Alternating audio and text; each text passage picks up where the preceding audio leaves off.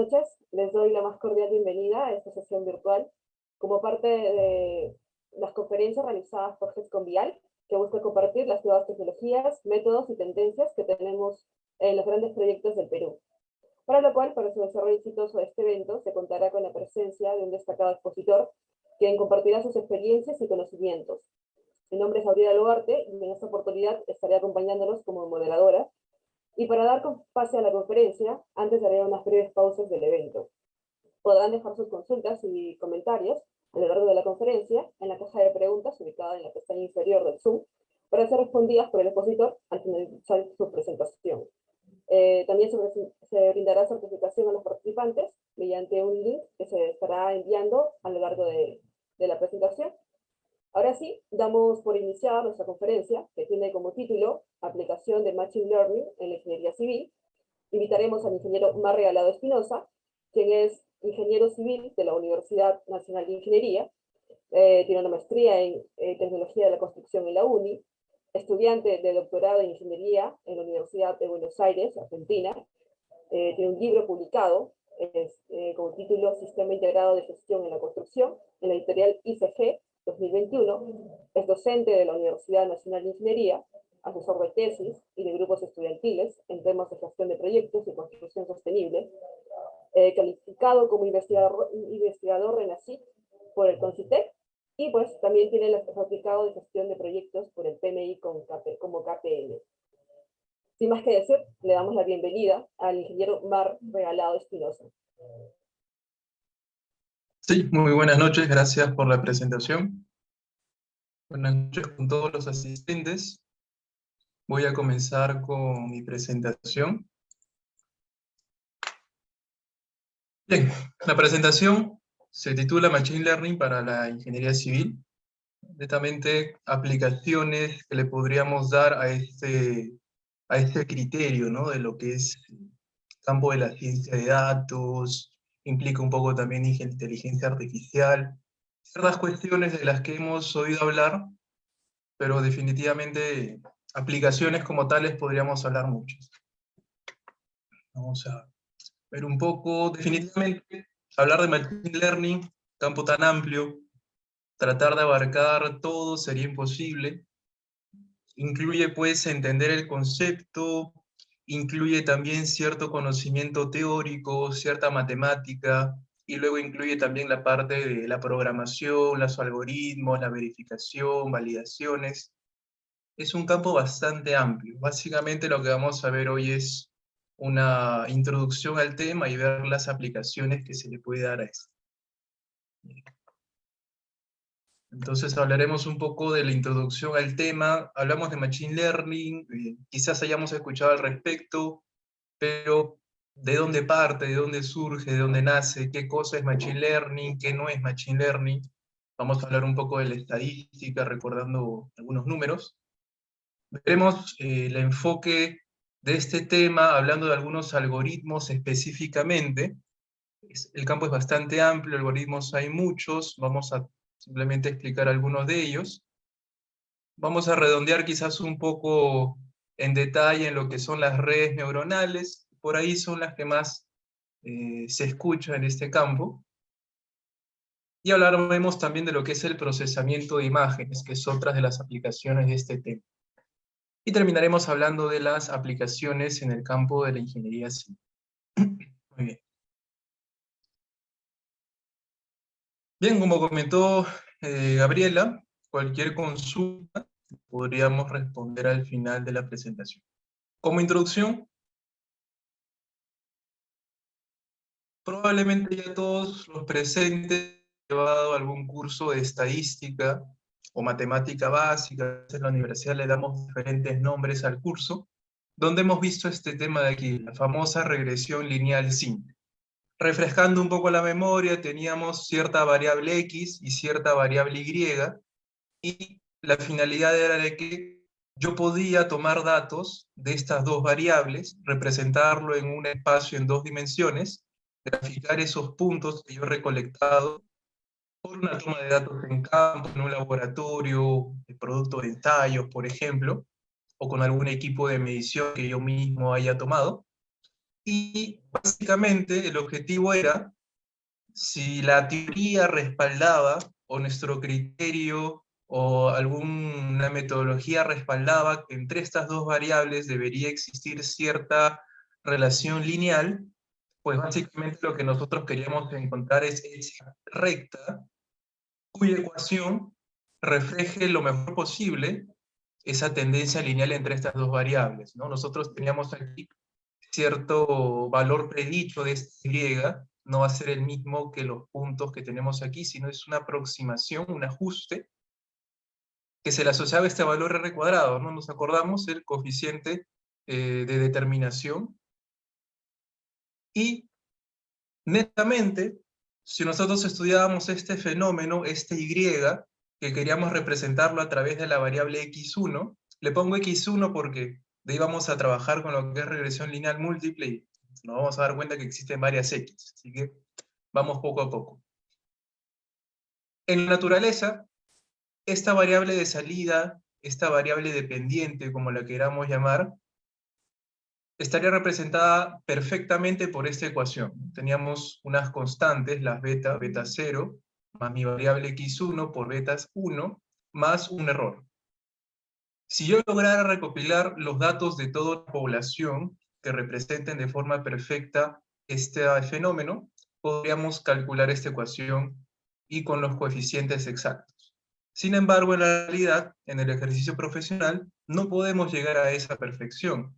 Lo que nosotros hacemos es justamente un ajuste, producto del cual existen ciertos residuos, y lo que nosotros estimamos un modelo en base a los datos que nosotros realmente vamos a poder tomar, que son nuestra muestra, los datos que únicamente nosotros vamos a tomar, vamos a generar un modelo estimado, que justamente lo representamos con estos pequeños símbolos que se colocan sobre las variables y sobre los coeficientes que vamos a estimar, porque no refleja lo mismo que si hubiese tomado todos los puntos que corresponden a la población.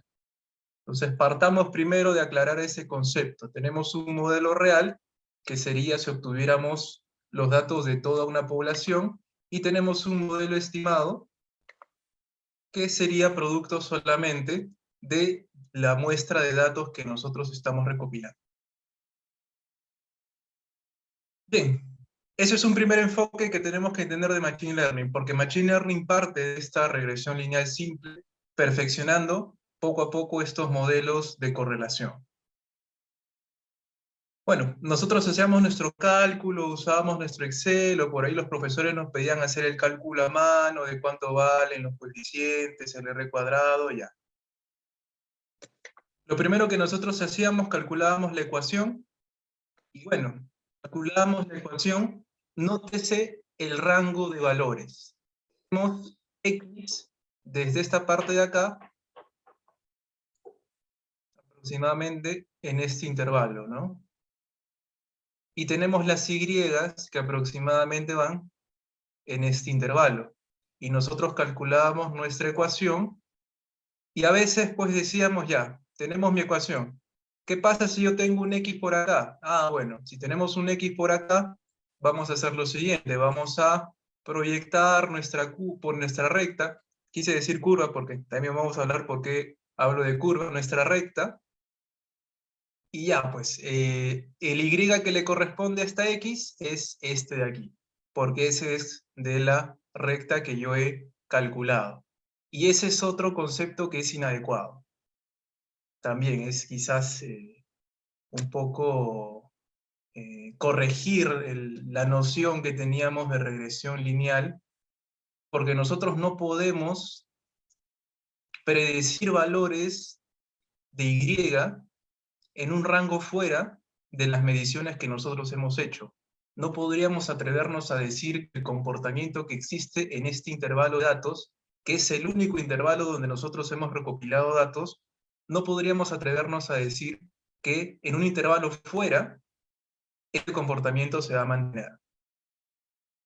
Ese es otro criterio que debemos partir para aclarar cómo funciona este mundo del Machine Learning. Porque puede ser, ya nosotros hemos tomado valores en este intervalo, y si tomamos valores en este intervalo, puede ser que los datos no salgan así. Y esta recta que habíamos aproximado y que pensamos que era la recta que ya nos describía el comportamiento de Y en función de X, ya no vale. Ya no tendría validez en este intervalo. Entonces, hablar de hacer este tipo de proyecciones en intervalos donde no hemos hecho mediciones no está bien. Incluso podemos darnos cuenta que, considerando este nuevo intervalo de X, que ya hemos tomado más datos y tenemos una mejor descripción del fenómeno, podríamos tratar de, visualmente podríamos darnos cuenta que la mejor aproximación sería una curva, una cuadrática, por ejemplo. Ya no sería una recta. Es un primer concepto, que podemos también hablar de otro tipo de formas de funciones para poder obtener este comportamiento estimado, pero lo más certero posible. Podemos hacer esas transformaciones de variables. El x tranquilamente lo elevamos al cuadrado. Este x lo podemos elevar al cuadrado, lo podemos elevar al cubo. Yo podría decir, oye, ¿sabes qué? Z va a ser igual a x al cubo. Y hago este mismo cálculo, simplemente que acá le pongo z y trabajo con las mismas ecuaciones que hemos aprendido en la universidad. Yo le puedo poner acá logaritmo neperiano, raíz cúbica, lo que yo desee. Voy a obtener una curva y quizás eso represente mucho mejor el comportamiento de este fenómeno que estamos estudiando. Ese es otro concepto que debemos tener cuidado. Y otro concepto que nos podemos dar cuenta en esta región de esta curva que representa mejor el comportamiento, tenemos puntos que se alejan demasiado del comportamiento que nosotros estamos aproximando. Y esto puede darnos a entender que quizás este punto no se ha tomado de forma correcta y quizás a mejor se trate de un valor que se midió de forma incorrecta y que debamos descartar, ¿no? Los famosos datos atípicos, outliers, como deseen llamarle. Existen algunos algoritmos que te permiten detectar esos valores anómalos, pero entendamos que también existen, ¿no? Existen datos que pueden estar mal. Y es importante tener claro eso, porque no es solamente tomamos datos, hacemos una ecuación y ya está. Es un proceso que debemos sentarnos a mirar, oye, ¿qué pasa con los errores? ¿Qué pasa con las predicciones? ¿Qué pasa con el comportamiento? ¿Basta solamente hacer una línea recta? ¿Basta hacer una línea cuadrática? ¿Lo elevamos al cubo? ¿Le subimos más el exponencial? ¿Estamos ajustando demasiado? Poco a poco nos vamos a dar cuenta de eso. Bien. Eso es con modelos de regresión lineal simple. Ahora, si vamos un poco más, hablamos de la regresión lineal múltiple. El fenómeno que estudiamos sigue siendo Y, solamente que la ecuación se pone un poquito más interesante, porque ya no tenemos solamente una variable explicativa X, sino que tenemos varias variables explicativas X. En este caso lo estoy poniendo P-1, variables X, de ahí vamos a ver porque la bibliografía lo trabaja así para luego poder dar los valores de los ajustes en función de trabajar con P-1 variables y no P, para que las ecuaciones puedan salir un poco más amigables. En este caso, si nosotros quisiéramos hacer el cálculo, ya sea de forma manual, ya sea con un algoritmo, Python o R, trabajaríamos de forma matricial. Ya hablamos de una representación matricial del comportamiento de este fenómeno a través de un vector X y un vector de los coeficientes. De la misma manera, vamos a hacer toma de datos, vamos a tomar todas las variables X y la variable Y, vamos a medirlas, vamos a tener n filas, n valores de Y, n valores de X1, n valores de X2 y así. Vamos a tener filas igual al número de datos que nosotros tomemos para cada columna que corresponde a cada variable. Entonces ya hablamos en un entorno matricial. Cuando hablamos de este entorno matricial, los coeficientes también los podemos calcular, ¿no? Tenemos acá nuestra variable Y, variable dependiente, de respuesta, de salida, que recibe varios nombres, quizás cuando busquemos alguna bibliografía lo vamos a encontrar con distintos nombres. A las X1 igual, variables independientes, pero mejor la encontramos con el nombre de predictoras o variables de entrada. Muy bien. El error aleatorio, ¿no? Definitivamente es un error aleatorio. De ahí hay que demostrar, ¿no?, que tiene ese comportamiento. Se puede estimar los coeficientes, el método de mínimos cuadrados, ¿no?, para poder minimizar los residuos. Podemos encontrar este resultado, ¿no? Y efectivamente, cuando estamos trabajando con matrices, ya tendríamos estos resultados, por ejemplo, para calcular los coeficientes, producto de matrices, para estimar la Y, producto de matrices, para la varianza.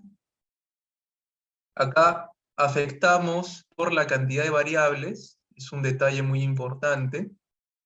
Respecto al R cuadrado, cuando ustedes quizás hacían alguna regresión en Excel, siempre nos fijábamos en el R cuadrado, pero cuando ya trabajamos con regresión múltiple, ya no nos fijamos en este R cuadrado, sino que nos fijamos en el R cuadrado ajustado.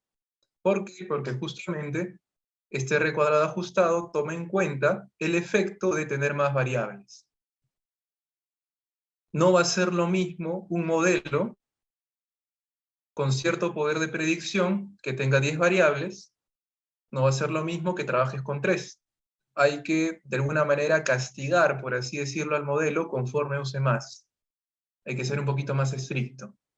Entonces se trabaja con el R cuadrado ajustado, entonces podríamos hacer estos cálculos. Bien, hasta aquí un repaso rápido de la teoría, sin ánimos de profundizar más, pero la pregunta sería, por ejemplo, Y, una variable que conozcamos, caso de ingeniería civil, digamos, número de accidentes en cierta intersección. En una intersección entre avenidas conocidas, Y es el número de accidentes. Bueno, digamos que X1, ¿qué? La velocidad media de los vehículos, ¿podría ser? X2, ¿qué sería? Por ejemplo, podríamos dar un valor al estado del pavimento. ¿Qué tantos baches hay? ¿Qué tantas... qué calidad tiene el pavimento? Podríamos decir que X3, por ejemplo, es el estado de las señales. X4 podríamos asociarlo al comportamiento de los peatones. X5 podríamos hablar del estado de la señalización, de los semáforos, por ejemplo, y así. Podríamos hablar de querer explicar cierta variable Y que nos interesa, en este caso, una tasa de accidentes, en función de distintas características que nosotros podríamos medir. Pero la pregunta sería, ¿necesitaríamos trabajar con todas las variables, con 10, 15 variables para poder tener un modelo seguro? ¿Habrá algunas variables X que no aportarán? Puede ser que haya algunas variables X que no aporten. Podríamos comprobar. Esto se tiene que hacer al final, se comprueba qué variables realmente aportan, qué variables no aportan. Y sobre todo la pregunta es, ¿será el modelo de regresión lineal múltiple con estos cálculos de acá la mejor forma de poder generar un modelo que explique Y? Y ahí es donde parte el Machine Learning, porque este modelo de regresión no es la única manera de que yo pueda explicar Y en función de esos valores de X que yo voy a medir. Nos hacemos estas preguntas sobre este modelo que queremos estimar, si realmente necesitamos todas esas X, ¿qué otros modelos se pueden considerar? No solamente regresión lineal. ¿Cómo saber la calidad de las predicciones? Bueno, ya hicimos nuestro modelo, ahora la pregunta es, ¿y qué tan bien predice? Es otra pregunta que nos podemos hacer. ¿Cómo mejorar la precisión de las predicciones? De ahí partimos para hablar de Machine Learning. Entonces, Machine Learning lo podemos definir en el campo de la inteligencia artificial. La inteligencia artificial, a grandes rasgos, son un conjunto de programas que pueden aprender y razonar como los seres humanos. Y dentro de ese campo está el Machine Learning, que son estos algoritmos que tienen la capacidad de aprender con los datos que nosotros vamos a ingresar y que no requiera la intervención humana. Como bien dice, el programa aprende. Justamente se arman esos algoritmos de tal manera que el programa es capaz de mejorar automáticamente. Automáticamente y en función del tiempo que esperemos para que se genere ese algoritmo, ese modelo, perdón, el algoritmo es capaz de ir mejorando. Claro que tiene un límite, pero lo interesante es que el programa es capaz de aprender solo y poco a poco mejorar conforme a la experiencia. Veamos entonces cómo funciona, qué algoritmos existen. Partiendo de nuestra variable que queremos modelar, nuestra variable Y, dependiendo del caso si Y es discreta o si Y es continua. Recordemos, discreto es cuando tomas ciertos valores en específico, por ejemplo, la edad, 1 año, 10 años, 20 años, 50, son valores discretos. O por ejemplo, no opiniones, del 1 al 5, ¿cuánto opinas de tal cosa ya? 1, 2, 3, 4, 5, no hay otra opción. Discreto. Y continuo cuando ya toma una gran variedad de valores. Por ejemplo, no sé, la velocidad media de un vehículo, 25.54 kilómetros por hora ya. 34.27 kilómetros por hora. Ya tomo una gama mucho mayor de valores, es una variable continua. Entonces, dependiendo, Y, ¿es discreta o es continua? Ese es un primer filtro que tenemos que definir para lo que estemos estudiando. Si es discreto, entonces se conoce como un caso de clasificación. Y si Y es continua, es un caso de regresión. Y existen algoritmos para cada uno de estos casos. Por eso es importante del fenómeno que estemos estudiando, identificar dónde estamos. Por ejemplo, si yo quiero saber, digamos, en una empresa, en una oficina, cuál es el nivel de satisfacción de los empleados, digamos que lo mide en una escala, en una encuesta del 1 al 10, cuál es el nivel de satisfacción con el clima laboral, por ejemplo, ese es mi Y. Y tomo una X, por ejemplo, que sea el salario, otra X que sea, por ejemplo, el tema del pago de horas extras y así. Tomo varias variables, pero mi Y es discreta. Únicamente toma valores del 1 al 10, nada más. Yo también puedo hacer ahí un modelo y sería un caso de clasificación.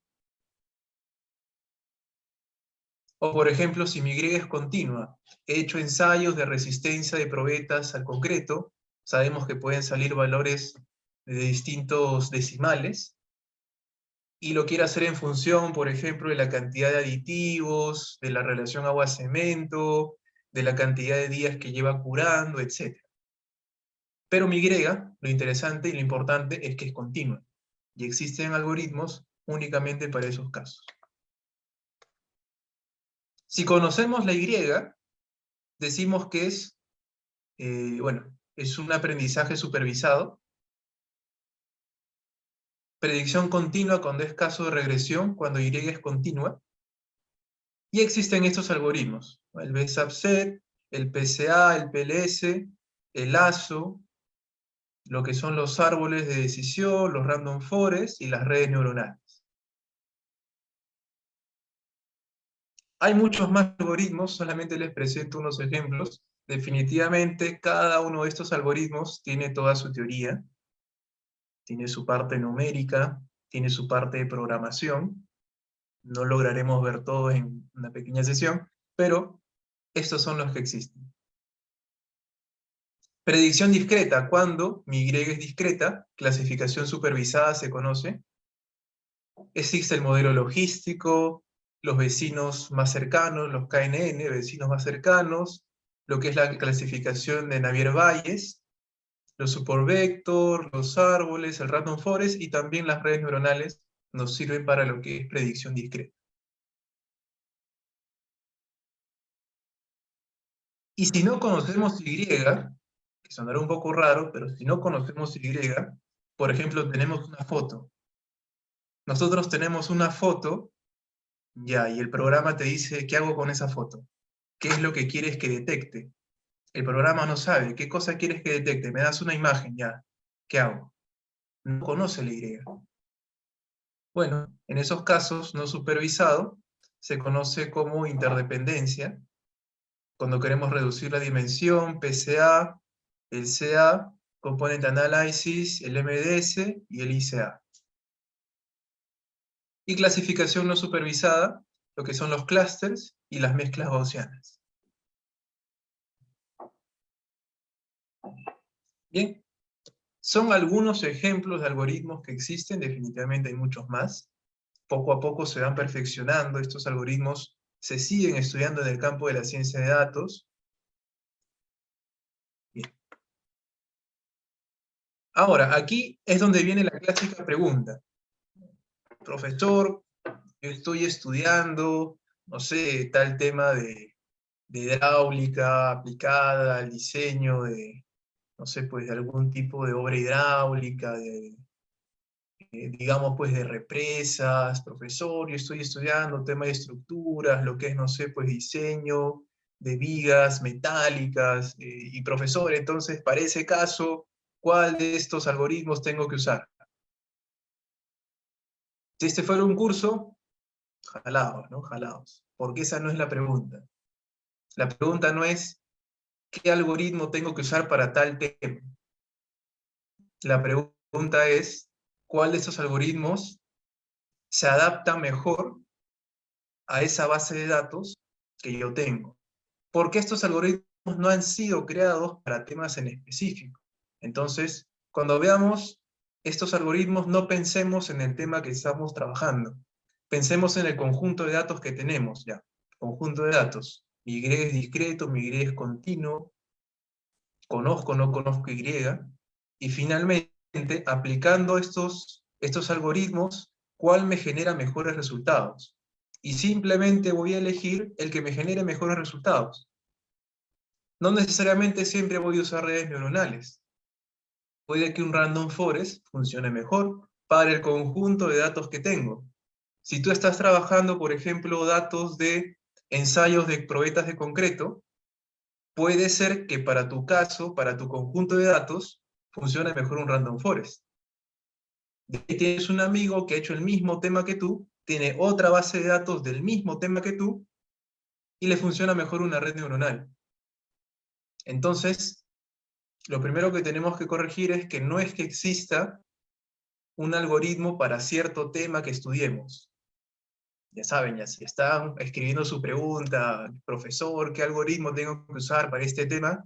Vayan borrando, ¿sí? Bromeando, ¿no? Bromeando, pero recordemos que así funciona. Yo tengo mi base de datos, trabajo esa base de datos con estos algoritmos, y voy viendo qué algoritmo se adapta mejor, me genera mejores predicciones, me genera menores errores, y recién ahí vamos a elegir. Como les digo, puedes tener un mismo tema con distintas bases de datos que has tomado pues en distintos laboratorios, con distintos equipos, y no necesariamente vas a usar el mismo algoritmo, porque puede ser que otro, para otra base de datos, funcione mejor. ¿Sí? Pero lo que sí podemos decir, efectivamente, si yo quiero comparar el poder predictivo que tienen algunos algoritmos, podríamos sí hacer una escala. Por ejemplo, la regresión, hablamos al inicio, la regresión pues está abajo.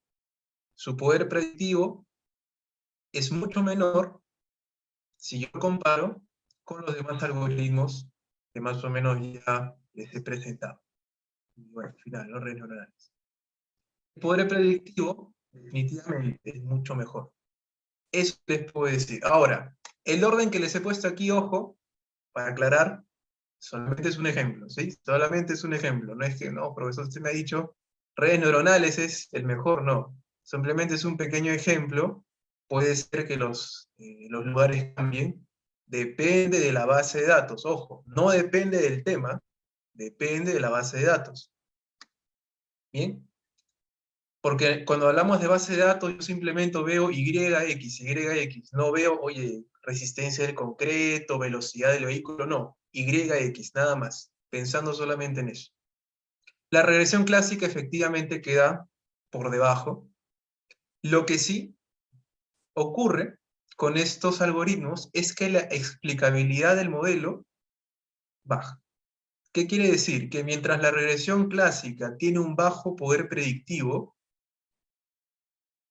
lo bueno, la ventaja que tiene, es que yo obtengo esa ecuación. Yo obtengo esa ecuación y igual a beta 0 más beta 1 por x1 más beta 2 por x2, y eso es una gran ventaja porque me permite entender cómo funciona, cómo se comporta, claro, de una forma de baja predicción, pero tenemos esa ecuación que me permite explicar el modelo. Esa es una buena ventaja. Si bien los otros algoritmos van subiendo el poder predictivo, el poder dar una estimación de Y muy confiable, ya no es tan fácil entender de dónde sale ese Y. Si yo tengo una red neuronal que me predice muy bien, excelente, pero yo no sé de dónde saca ese Y, porque ya la red pues se perfecciona tanto y hace demasiada retroalimentación, que ya no es posible decir, oye, la Y es igual a, no sé, pues -5 por logaritmo, ya no hay eso. Ya no tenemos esa facilidad de poder explicar el modelo, simplemente nos podemos limitar a decir, bueno, si tú me das estas X, la Y sale tanto. Nada más. ¿De dónde salió la Y? No lo sabemos. Ya no es tan fácil dar esa explicación. Pero la predicción sí es muy buena. Eso es lo que podemos decir aquí. Bien. En caso de aprendizaje supervisado, a diferencia de lo que estamos acostumbrados a hacer, donde tenemos, digamos, un conjunto de 100 datos, tomamos 100 datos y con los 100 datos hago mi ecuación de regresión, ya no es así. De los datos que yo recolecto, que yo mido, ¿qué vamos a hacer? Un 80%, solamente un 80% lo vamos a usar para generar el modelo. Se le conoce como datos de entrenamiento. Un 80% que yo lo elijo de forma aleatoria de mi base de datos, por ejemplo, de mis 100 datos, 80 elegidos de forma aleatoria, yo los uso para generar mi modelo. El resto, los 20% que no he tocado, no lo toco, no lo uso para generar el modelo, los dejo aparte ahí guardaditos, y una vez que ya tengo el modelo que he generado con mi algoritmo, ya tengo mi modelo, paso a validar ese modelo con esos datos que recién vamos a ver, y vamos a ver qué tan bien predice. Con estos datos nuevos, que por primera vez estamos utilizando, vamos a ver ese modelo que generamos con estos datos de acá, calculamos ese Y que predice, y veamos qué tan buena sale respecto a las Y reales que tenemos aquí. Y con eso vamos a verificar su poder predictivo. También recordando que se elige de forma aleatoria.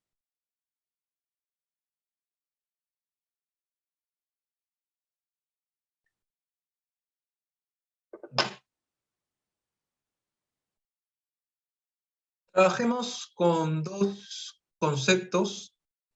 Este algoritmo, ¿no?, de las redes neuronales, que es uno de los más conocidos en el campo de la ingeniería. Claro que ya hemos visto que existen varios. Pero bueno, a grandes rasgos, no voy a entrar en la matemática, aunque la matemática es muy interesante de las redes neuronales. Les invito a leer un poco al respecto. Pero voy a hacerlo solamente de forma esquemática. Partimos de la idea de neurona, ¿no? Replica el trabajo de las neuronas humanas. La neurona artificial, si lo vemos desde el punto de vista cero, o sea, digamos en un primer escalón, queremos entender cómo funciona la red neuronal, tenemos dos variables, x, o x1 y x2. con estas dos variables, yo voy a querer conocer Y. Usando mi modelo de regresión múltiple, estamos en un primer escalón, recuerden, digamos que la solución sería esta de acá. Tenemos nuestros coeficientes que los podemos calcular, y vamos a poder dar una respuesta de esta manera. Claro que es 2 dimensiones, hablaríamos de una superficie, no un plano, pero es algo lineal. Y con eso tenemos una respuesta, que es nuestra Y. Entonces, la forma que le damos de neurona, ¿no? Estas dos variables pasan a procesar información dentro de una neurona a través de cierta función que utiliza para transformar las X en Y, transforma las X en Y, y nos da una respuesta. Ya, esa es una neurona, trabajando con regresión lineal. Paso 1.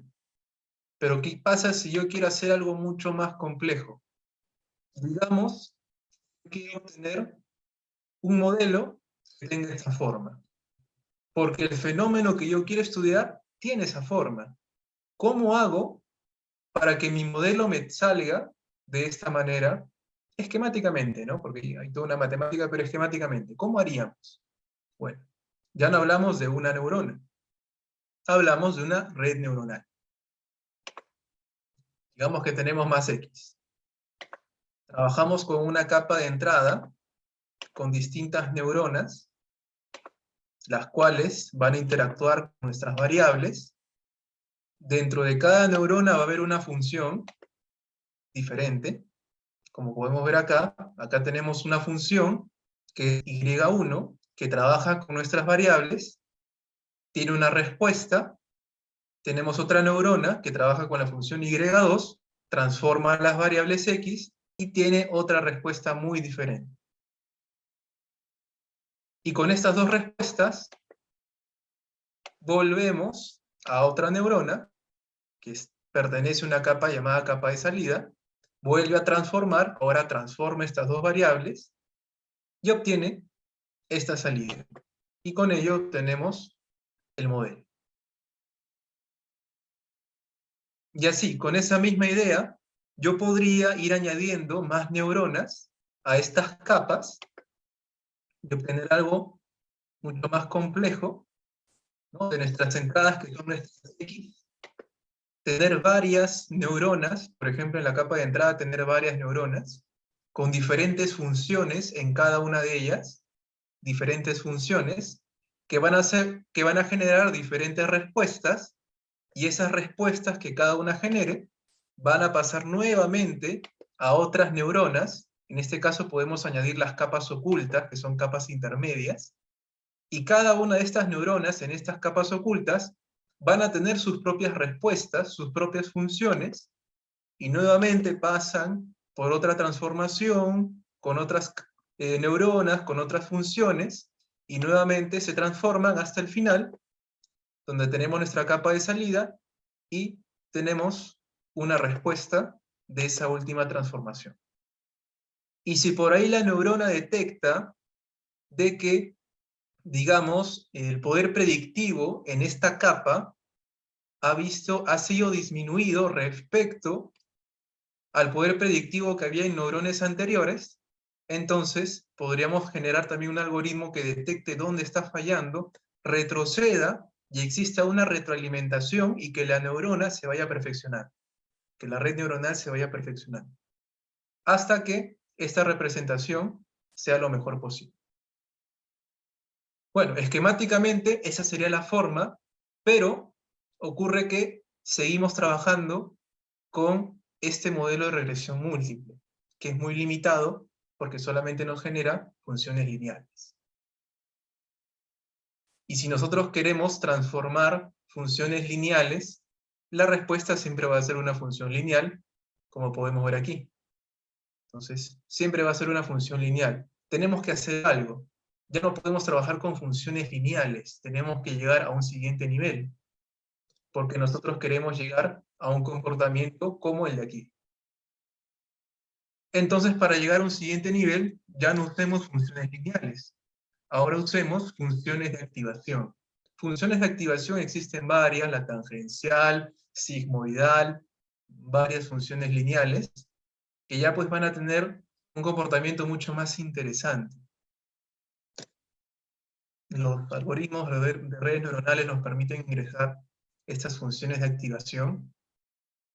Ahora sí, si yo transformo las salidas de estas funciones de activación en las demás capas, en las respectivas neuronas de las demás capas, las transformaciones ya van a poder tener esa libertad de adaptarse mucho mejor a la base de datos que estamos recopilando y poco a poco ir perfeccionándose, porque ya tienen esa libertad de poder agrupar distintas funciones tangenciales, sigmoidales, etcétera, que claro, poco a poco pierde esa explicación, pero mejora el tema de la predicción.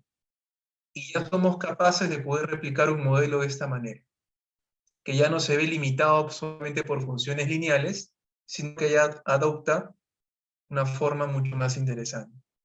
Y logramos así obtener lo que queríamos. Y esto de acá, recordemos, lo hemos hecho solamente con el 80% de datos que hemos tomado de forma aleatoria para ese entrenamiento para generar nuestro modelo. Bien, ya tenemos nuestro modelo con esta red neuronal, obtenemos el modelo, tocaría pues hacer la validación, ¿no? La prueba con el resto del 20% que quedamos y predecir cuánto serían las Y usando mi modelo, cuánto realmente son las Y ver qué tan bueno es su poder de predicción. Hacemos esa validación. Bien, así funcionan las redes neuronales a grandes rasgos. Ahí tiene su matemática, hay que encontrar el mínimo error, se genera una superficie. Bueno, les dejo a ustedes para que indaguen la teoría.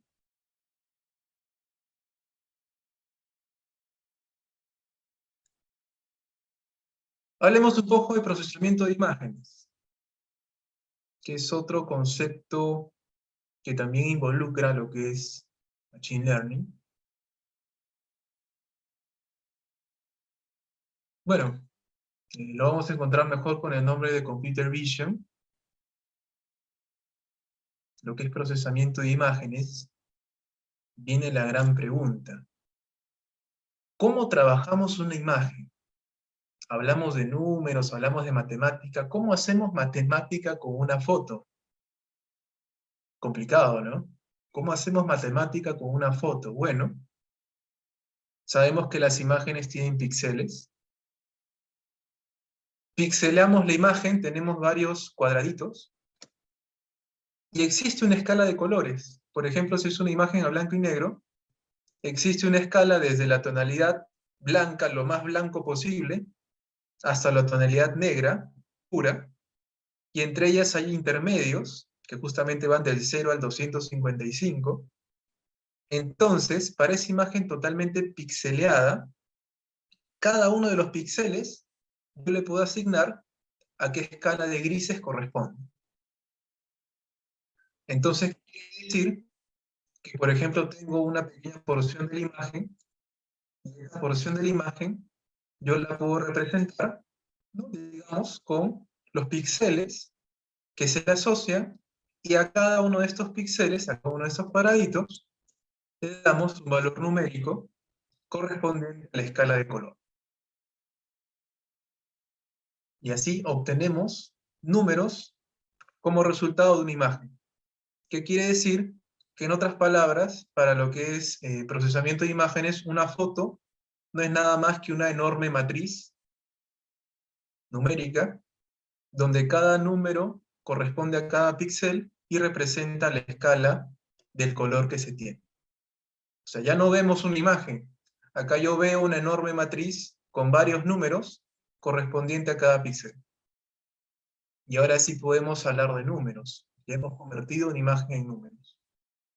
Así es como funciona lo que es el procesamiento de imágenes. Si tenemos imágenes a colores, ¿cómo hacemos? Bueno,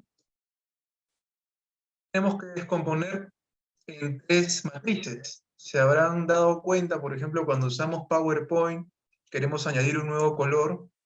Cuando usamos PowerPoint, por ahí queremos un color que se vea un poco más vistoso, y nos sale la escala de acá, ¿no? La escala RGB, RGB, como deseen llamarlo, representa estos 3 colores primarios, el rojo, verde, azul, de los cuales podríamos generar las distintas tonalidades, dependiendo de la intensidad, de la mezcla de la intensidad de estos tonos. ¿Qué quiere decir? Que yo voy a tener una matriz para escala de rojos, una matriz para los verdes, una matriz para los azules.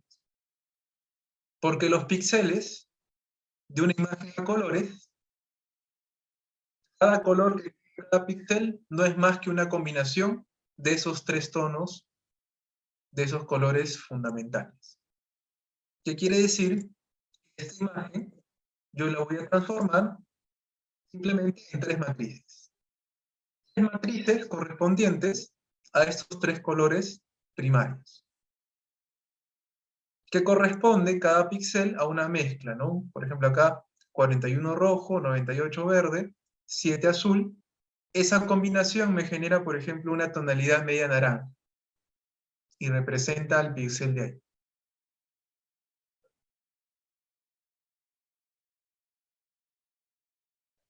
Entonces esta imagen yo ya no la veo como una imagen. Yo lo veo como 3 matrices de datos correspondientes a estos 3 colores. Y con esa idea es que se trabaja procesamiento de imágenes.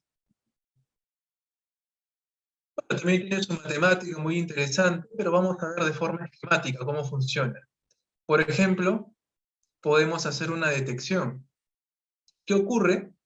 Que logramos encontrar, en esta imagen, por ejemplo, tenemos un cachorro, y nos damos cuenta, ¿no? Definitivamente, el lomo de este cachorro, que tiene una tonalidad blanca, aquí, que si yo lo veo como números, prácticamente veo una matriz en su diagonal. En esta diagonal, yo voy a tener los mismos valores, porque tienen la misma tonalidad, pero justo ocurre que un poco más arriba tenemos un fondo negro.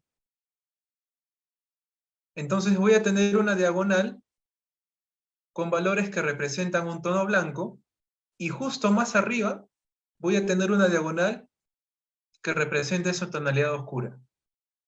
Ahí hay un gran salto en estas tonalidades, y es así que el programa, el algoritmo, es capaz de identificar allá. ¿Esto qué significa? Que aquí existe un borde. Acá hay un borde, porque hay una gran diferencia entre las tonalidades, que representados están en números. Entonces, numéricamente, hay un salto muy alto entre esas tonalidades, entonces acá existe un borde. Y el algoritmo es capaz justamente de generar esos bordes, que se conoce como el caso de segmentación, de lo cual también puede identificar dónde están cada uno de los objetos. ¿Bien? O sea, el algoritmo segmenta y también identifica objetos. Para que aprenda a identificar objetos, también, o sea, a ver, tenemos que enseñarle, como dicen, ¿no? Son algoritmos que tienen que aprender. Tenemos que enseñarle a nuestro algoritmo qué forma tiene un perro. Este es un ejemplo. Tendremos que mostrarle más ejemplos hasta que sea capaz de aprender por su propia cuenta, de cierta foto, dónde están los perros. Y se dan cuenta que tiene cierto nivel de precisión, ¿no? Porque el contorno podría ser, oye, exactamente es aquí, ¿no? Pero, claro, ahí tiene cierto nivel de precisión que poco a poco se va perfeccionando. Pero es capaz de detectar esos objetos que yo le pido. Partiendo de esa numerización de cada píxel. Lo mismo puede ser con lo que es detección de movimiento. Yo ya le enseñé, por ejemplo, qué es una mano, o qué es una muñeca en un cuerpo humano. Entonces el algoritmo, cuando ve la imagen de una persona, es capaz de detectar cuál es su muñeca, cuál es su codo, cuál es su hombro. Muy bien, eso es como imagen. Si yo le muestro un video, que es nada más que un conjunto de imágenes, entonces tiene una imagen en un tiempo t igual a 0, tiene una imagen en un tiempo t igual a 1, y si esa ubicación que ha detectado como hombro ha cambiado de posición, ya sabe que la imagen hay un movimiento. Y puede detectar ese movimiento justamente a través de esa detección y a través de ese cambio de posición, que es más que nada un cambio en la posición de las matrices. Y se puede hacer ese cálculo de la detección de movimiento, saber a qué velocidad va una persona. Se puede ver, por ejemplo, esta aplicación en lo que es la ergonomía. Tenemos un trabajador que para, por ejemplo, recoger una carga pesada, la postura que adopta, si realmente pues mantiene la espalda recta o se encorva, se podría generar una lesión. Tranquilamente el algoritmo podría verificar ello, ¿no? Ser capaz de identificar esos cambios en el movimiento. Se hace eso, ¿no? Ahora se colocan sensores en el cuerpo de la persona, sumado al algoritmo se puede detectar cuando se hacen esos cambios bruscos, por ejemplo, para lo que es la seguridad, tema de ergonomía. ¿Bien? Entonces, así funciona. Ahora veamos algunas aplicaciones en específico, lo que es el campo de la ingeniería civil.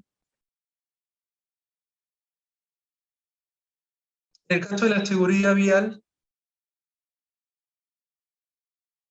por ejemplo, lo que es el cumplimiento del uso de implementos de seguridad. Caso de los motociclistas. El motociclista está usando o no está usando su casco. Bueno, tenemos una cámara de vigilancia, y la cámara de vigilancia sola, no que un policía esté viendo la cámara, sino que el algoritmo asociado a esta cámara, que pueda detectar cuando un motociclista no está usando el casco. Ya. Como se los digo, ya, aplica, pero ¿cómo se hace? Bueno, primero tenemos que hacer una descomposición de la imagen, de tal manera que el programa sea capaz de identificar dónde hay una moto. Tenemos que haberle enseñado previamente de casos diversos, por ejemplo, esos son diferentes casos, segmentación, ¿se acuerdan que hablamos de segmentación? Logra encontrar los contornos, ya.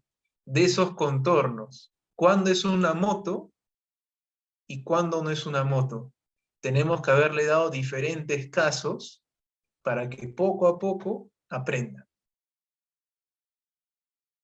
Y logra, en cierta forma, nunca va a ser perfecto, logra aprender. Ah, tenemos estas formas, es cuando hay una persona en moto, estas formas es cuando no hay una persona en moto. Yo le doy un caso nuevo y tendría que poder detectar, ah, si hay una moto aquí. Entonces, aplicamos segmentación para aprender y sumado a lo que es detección.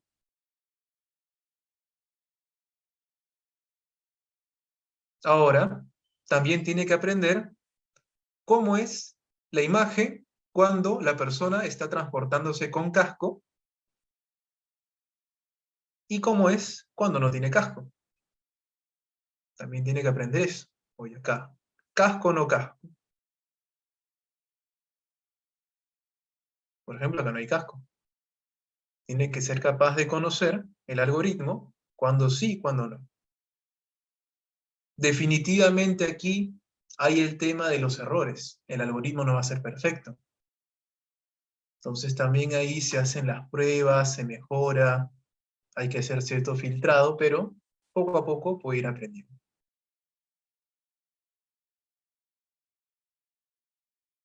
Esa es una aplicación en lo que es seguridad vial.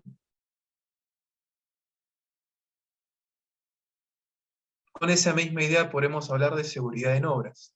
Por ejemplo, el mismo concepto, saber cuándo un trabajador no está usando el casco, no está usando, digamos, el chaleco, o algún implemento de seguridad que puede ser perjudicial, el tema de las posturas, pero recuerden, el algoritmo tiene que trabajar solo. Esto sería también otra aplicación.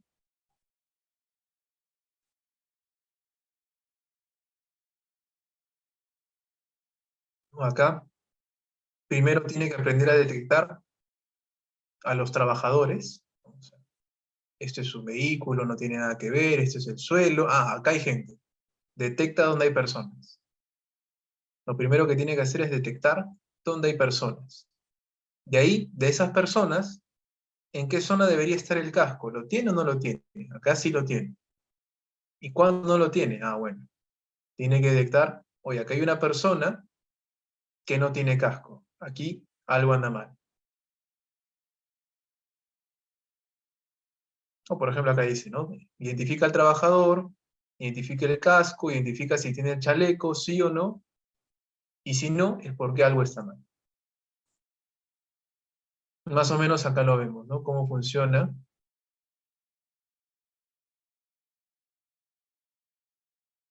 este algoritmo de acá. Este es un árbol de decisiones. Finalmente nos indica, ¿tiene o no tiene?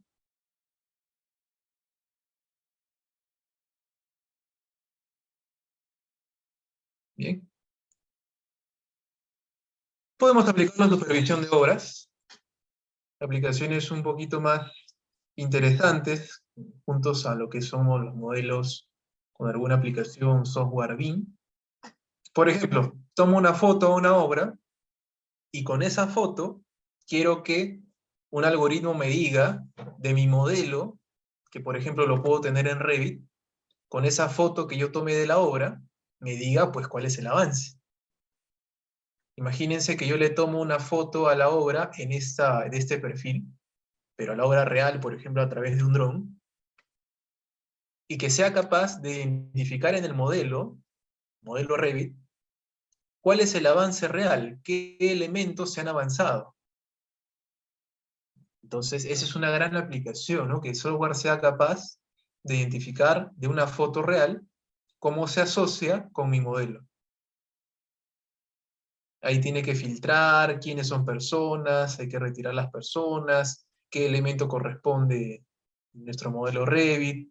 Hay una asociación que se puede trabajar, se integran pues con algunos códigos añadidos, pero de poder hacerse, se puede hacer. ¿No? Aquí hay que detectar, a ver, acá hay que sacar a la persona que está aquí, hay que clasificar qué elemento corresponde a la obra. Por ejemplo, acá en el fondo vemos algo que no corresponde al proyecto, tenemos a la persona, hay que sacarla, algún implemento de seguridad que tampoco corresponde a lo que es el proyecto como tal, para poder detectar qué partes sí están asociadas.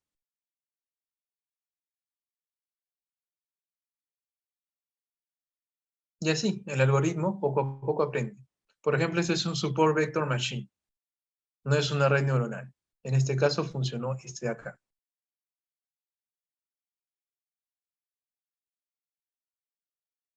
¿Qué más? Aplicaciones hay, por ejemplo, diseño estructural.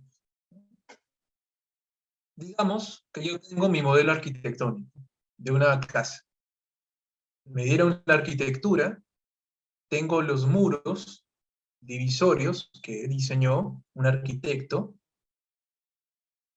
y la pregunta es ya, de esos muros que me ha dado el arquitecto, ¿cuáles de esos muros, yo como ingeniero civil estructural, cuáles de esos muros se van a convertir en placas?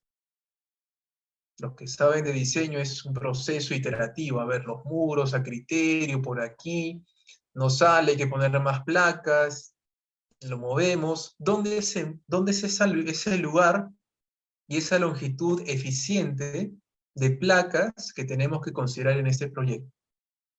Esos muros que ya han sido definidos por la arquitectura, ¿cuánto y cuáles de ellos, hasta dónde tenemos que convertirlos en placas? O placas, muros estructurales, ya sabemos, ¿no?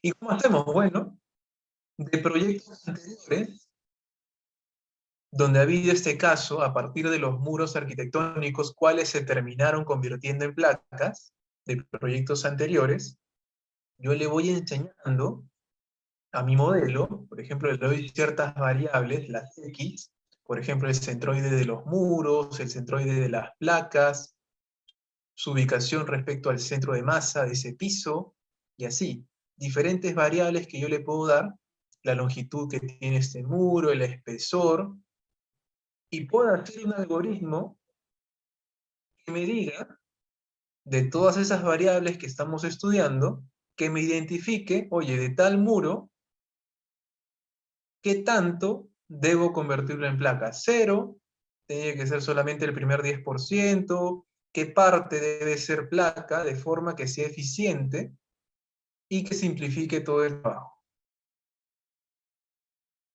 Entonces tenemos estas variables que están aquí, que son las mismas que vemos en la imagen. Entonces de estas variables X que tenemos aquí, hacemos ese estudio de este modelo, y finalmente logramos una respuesta que me diga cuál es el espesor y cuál es la longitud que deben tener los muros estructurales respecto a los muros arquitectónicos. Y el algoritmo aprende. Definitivamente el algoritmo. Bien, esta es una aplicación. Y la última aplicación que les comparto, definitivamente hay varias, con el tema, ¿no?, de los probetas de concreto.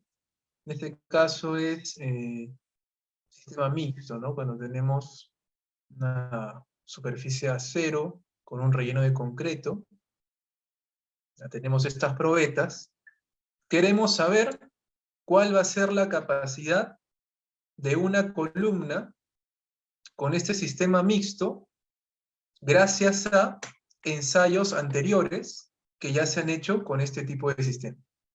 Bueno,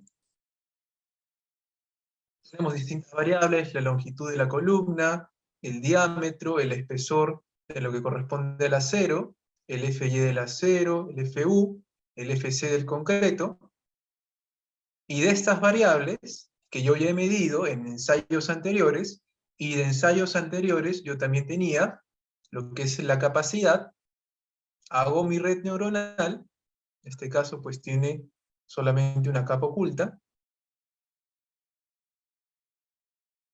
y logro justamente mejorarlo para poder predecir para una columna que no tenga nada que ver con la base de datos, para una columna para condiciones nuevas, cuánto sería la capacidad.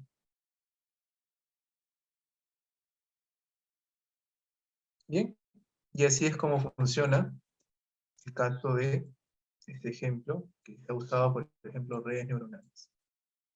Tenemos las variables de entrada, la longitud, diámetro, espesor del tubo, límite elástico, resistencia a rotura, y te permite estimar la capacidad de compresión axial. Aplicaciones se pueden hacer varias, por ejemplo, aplicaciones a lo que es la productividad. Tienes qué tan productivo es una cuadrilla de obreros en función de qué.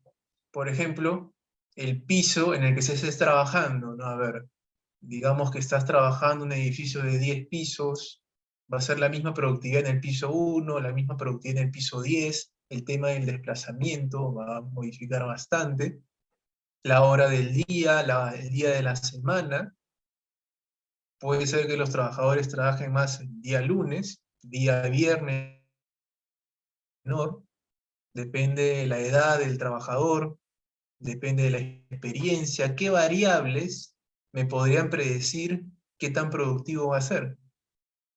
Por ahí puedo descartar algunas, porque me va a salir que algunas no van a influir nada, pero eso lo voy a poder demostrar numéricamente. Y voy a poder generar un modelo que prediga la productividad.